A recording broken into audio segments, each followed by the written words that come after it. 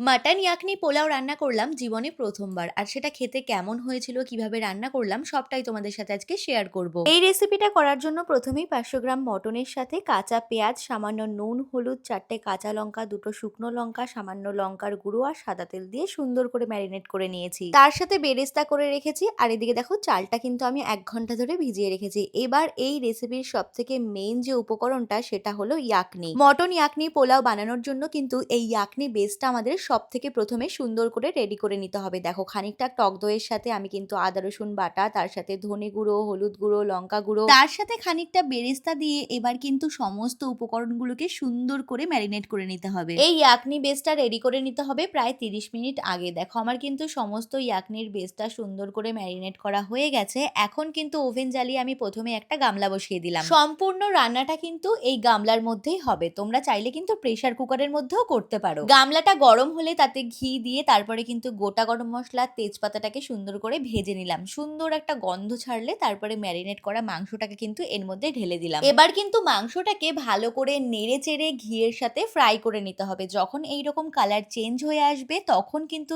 এর মধ্যে দিয়ে দিতে হবে ইয়াকনি বেসটা। প্রায় আধা ঘন্টা আগে আমি ইয়াকনি বেসটা রেডি করে রেখেছিলাম। আর এখন কিন্তু ইয়াকনি বেসটা মাংসের মধ্যে দিয়ে এবার কিন্তু ভালো করে মাংসটাকে কষিয়ে নিতে হবে। ইয়াকনি বেসটা মাংসের মধ্যে দেওয়ার পর আমি কিন্তু মিডিয়াম আঁচে রেখে পুরো মাংসটাকে ভালো করে ইয়াকনি বেসের সাথে মাখিয়ে নিয়েছি। খাসির মাংস সিদ্ধ হতে অনেকটা সময় লাগে, সেটা আমরা সবাই জানি। আমি কিন্তু পাশে গরম জল বসিয়ে দিয়েছিলাম আর যখন মাংসটা কষাচ্ছিলাম তখন কিন্তু অল্প অল্প করে গরম জল এর মধ্যে অ্যাড করছিলাম। সামান্য গরম জল দিয়ে দিয়ে তারপরে এর মধ্যে ঢাকনা ঢেকে কিন্তু আমি মাংসটাকে সুন্দর করে সেদ্ধ করে নিয়েছি। আর দেখো কত সুন্দর তেল ছেড়েছে। এইবার খানিকটা গরম জল অ্যাড করব। গরম জলটা যেন কোনোভাবে বেশি না হয়ে যায়, তার কারণ এর মধ্যেই কিন্তু রাইসটা দিয়ে আমি একেবারে পোলাওটা করব। যদি জল বেশি হয়ে যায় তখন কিন্তু ভাতটা অনেকটা কাদা কাদা হয়ে যাবে। গরম জল দেওয়ার পর যখন ফুটে আসলো তখন কিন্তু আমি বেরেস্তা দিয়ে দিয়েছিলাম। তারপরে কিন্তু নেড়ে চেড়ে আমি চালটাও দিয়ে দিয়েছিলাম। আর তারপরে কিন্তু এইরকম একটা টেক্সচার রেডি হয়ে গেলে দেখো তার উপর দিয়ে আমি আবারও বেরেস্তা দিয়ে আবার ঢেকে দিলাম। প্রসেসটা না অনেকটাই খুদে ভাতের মতো, পরিমাণ মতো জল দিয়ে যেন এরকম ঝুরঝুরে হয় সেরকম ভাবে কিন্তু ঢেকে ঢেকে করতে হবে। আর দেখো মাংসটাও কত সুন্দর সিদ্ধ হয়েছে। বেরেস্তা দেওয়ার পর ঢেকে 10 মিনিট পর আমি নামিয়ে নিয়েছিলাম। আর এখন যেহেতু বাপের বাড়িতে রয়েছি, মা কিন্তু মটন কষাও রান্না করেছিল। আর এরকম ইয়াকনি পোলাওয়ের সাথে কিন্তু মটন কষা উফ দারুণ লাগছিল। তোমরা কিন্তু অবশ্যই একবার ট্রাই করে দেখতেই পারো। আশা করি তোমাদেরও খুব ভালো লাগবে। বাই।